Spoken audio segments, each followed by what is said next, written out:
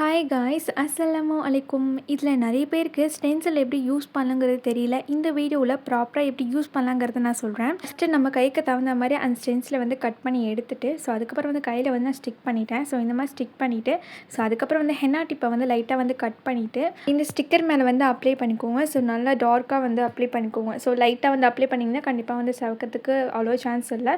So நீங்கள் எந்த அளவுக்கு அப்ளை பண்ணுங்க, ஸோ அந்தளவுக்கு வந்து சவந்திருக்கும். ஸோ நான் மெஹந்தி போட்டு ஒரு 2 ஹவர்ஸ்லேயே வந்து ரிமூவ் பண்ணிட்டேன். ஸோ எனக்கு வந்து ரொம்ப டார்க்காகவே சவக்கும். ஸோ நிறைய பேர் வந்து கேட்குறீங்க, உங்களுக்கு மட்டும் எப்படி டார்க்காக சவக்குதுன்னு. ஸோ நான் வந்து 2 ஹவர்ஸ் இல்லை 3 ஹவர்ஸ் வச்சுருப்பேன். ஸோ அதுக்கப்புறம் ரிமூவ் பண்ணும்போது கோகனட் ஆயில் இல்லை ஆஃப்ரிக்கர் ஆயில் ஏதாச்சும் யூஸ் பண்ணிப்பேன்.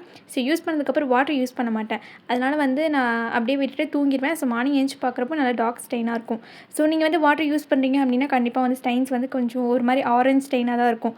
ஸோ நீங்கள் வாட்டர் யூஸ் பண்ணாமல் மெஹந்தி போட்டிங்கன்னா கண்டிப்பாக ஒரு ரெட்டிஷ் கலரில் இருக்கும். கண்டிப்பாக அதை ட்ரை பண்ணி பாருங்கள். வரப்போகிற ஹஸ்பண்டுக்கு கோன்ஸ் வேணால் ஸ்க்ரீன் 3 நம்பருக்கு வாட்ஸ்அப் பண்ணுங்கள். See you in the next video.